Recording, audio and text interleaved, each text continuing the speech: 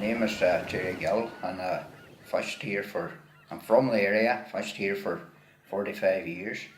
I had my own boat up to 2013, and then I sold it on, and I've been born and reared here, fishing all my life. From I was at school, that's all I wanted to do was fish. I had no connection to fishing because there was nobody belonging to me was fishing, so I just liked the sea, and I couldn't wait to get finished school to get at it, and started when I was about 16 fishing salmon on, and went on from that, fishing different boats here, and I bought a second-hand boat in 1978 called the Ross Inver, and I kept it for 4.5 years, and I got a new boat built then called the Paul Stephen, and I had it for about 30 years, and then I got out of it. I just had enough, because the way things was going, it wasn't getting any easier. So that's basically it. And in the West, whenever you get to a certain age, you feel you have enough done. It's not a 9-to-5 job. So. And what sort of fishing would you be doing? All whitefish, and done a wee bit of herring and that, and out of Galway and Rossaville, and we whitefished from Howth, fished prawns out of Howth, whitefished out of Dunmore East. Most of the time we would have fished from home here, fishing the local grounds. Then it came then that they started to close areas in the local grounds, and I was very restricted then, and because of the size of my boat was 56 feet long, wooden boat, and it wasn't that you could steam any place to fish whenever you couldn't fish in your own waters. And I fought with the department, I fought with BAM to try and keep the area open. But the decommissioning came on the scene back around the same time. I applied for it. My boat was just too small, 2 or 3 feet onto the size, even though in tonnage it was bigger than a lot of the boats that was decommissioned, but it didn't go with tonnage, it went by length.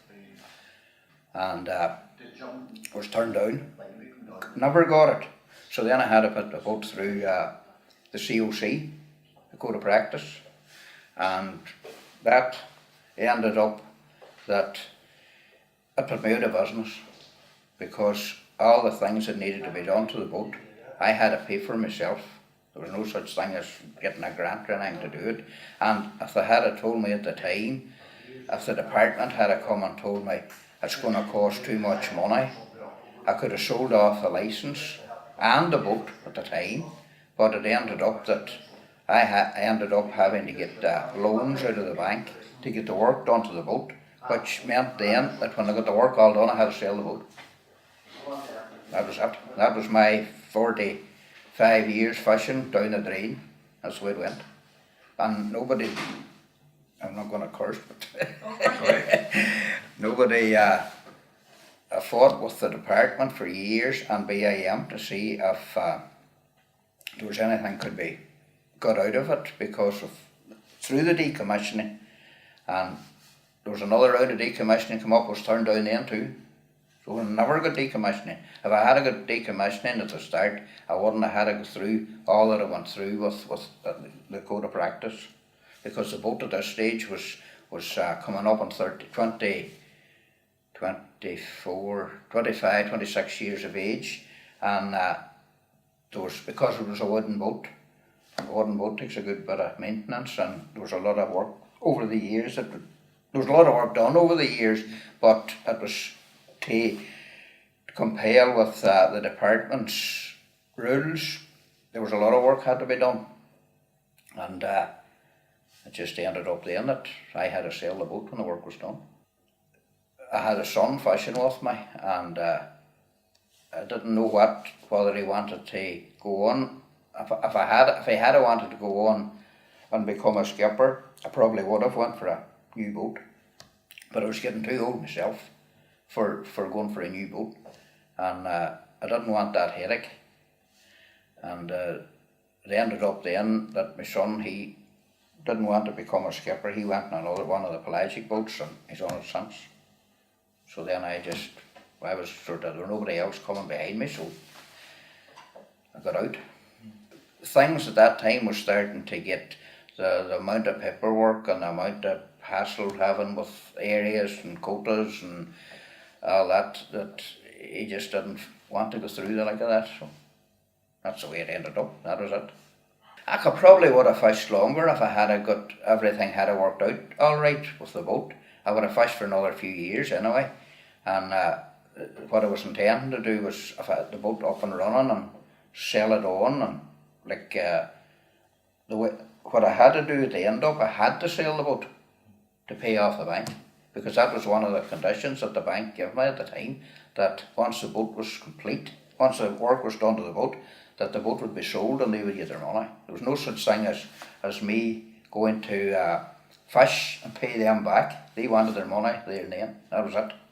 A fella called Gerry Foley bought the boat. I sold the boat here to local men. There's a foil wire company I sold it to.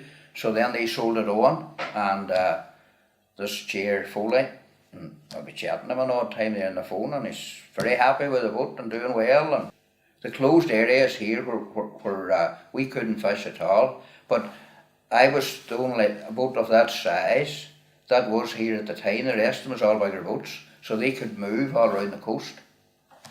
And there'd be more opportunities for fishing out of the Lake of Dunmore East, because you can fish prawns at certain times of the year, and you can go white fishing at certain times of the year. It was all white fish here. There was no prawns or anything like that, and it was just the case that it meant that if you had been doing that type of fishing, you're going to have to leave home, and you're going to be away for 2 and 3 weeks at a time before. And I wasn't prepared to do that. That was it. It was unfair at the time, but the powers that be didn't think that. No, it was a tough old time now.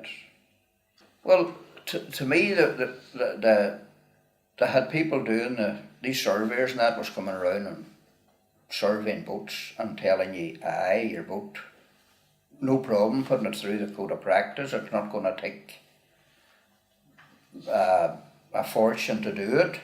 But when it come to the crunch then, there was, when the work was done, I had a fella fishing the boat for me then. Whenever the boat went through the code of practice, the boat went to sea one night out of Dunmore East and got into difficulties. The lifeboat had to tow them into Baltimore. Whenever the boat was surveyed, they discovered that there was a terrible lot of work needed done. And this was the boat after being surveyed. There was a terrible lot of work needed done to the bottom. She burst aboard and all that particular night, and the men could have been lost. And I wasn't in it at the time, but whenever I got on to the department, they told me that it was like as much as to say that it was a cover-up. And there was no cover-up. And the boat had to go on the slip then, and it was practically a new bottom went onto the boat at that time, and that's where the problem arose, where I hadn't the money to do it all, so I had to go to the bank. And it wasn't easy getting it from the bank either. And then that was the condition then, that the boat was to be sold when the work was done, and pay them back. That was it. From I started fishing at the age of 16 or so, I loved every minute of fishing. But everything about it, whenever you could leave here on a Sunday evening, you could go wherever you wanted. There was no such thing as, there were certain areas you had to go to, and a certain amount of fish that you were allowed to catch. You could have caught whatever was there, and you could have landed it, and there was no such thing as going fishing the local grounds here and on a Sunday night and having to go to South End of Ireland on a Monday night. You know, there was none of that then, and that sort of made our job was hard enough without having to be told where to go and what to catch and when to catch it. And if you didn't catch your quota within the month, you couldn't carry it on to the next month. You know, that was one big problem I seen with it, because if you were broke down and you couldn't catch your quota for a certain month, you couldn't carry that fish across to the next month to where you could have got double the amount of fish the second month. You can't do that, which I thought was very wrong, because it left you that if you had any breakdowns, or weather was another big factor in it all. If you couldn't get out with bad weather, you couldn't catch your quota. But you couldn't, if the next month was good, you couldn't fish every day the next month and catch your quota, which was wrong in every sense of the word, I thought. You really couldn't go for your quota. Once you had your quota caught, you had to fill in a logbook. Once you had your quota caught, that was for certain species. If you had a quota of cod for that month and you had caught the first week of it, that was you finished. You would have to either dump them or stop fishing, which was the thing that annoyed me big time about the fishing industry was whenever we had a dump fish at sea. That was the worst. That really turned me against it, because you weren't throwing out fish that was living, you were throwing out fish that was dead, and you were throwing out good food, and like there could have been something done with them. But that's the way that they were doing things, like, which was, to me, was wrong. Whenever men would be fishing on a certain ground and there were good fishing going, whenever they had their quota caught, they had to leave that area. But the thing about it now, they have the boats to do it. You know, the type of boats that they can fish all around the coast. And there seems to be a future, and the quantity of fish seems to be improved from what it was. And plus the fact boats is better, gear's better, and they're able to fish more weather and things like that. They wouldn't be losing as much time now over weather as we would have done, because the type of boats they have. And do you find or know of many young people from around here getting involved in the fishing? Not very many, and there are only maybe a couple in this harbour. It's because it's their fathers fished and they're carrying on the tradition of fishing. There's only, well, you see yourself the many boats is in this harbour. It used to be you couldn't get tied up on it. Years ago, there was 25 years ago, there would have been 30 years ago, that harbour there was chock-a-block with boats. But the thing is, and most of the crews, they're Filipinos or Polish or some of that. You can't get the young men to go to fish. Why, in your opinion, Gerry, won't to go out? Why won't they?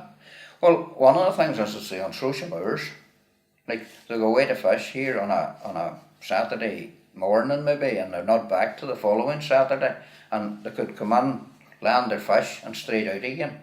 I mean, some young fella, 17 or 18 years of age, on a Saturday evening, stepping onto a boat to go to fish, he would rather be going someplace else. Would you not?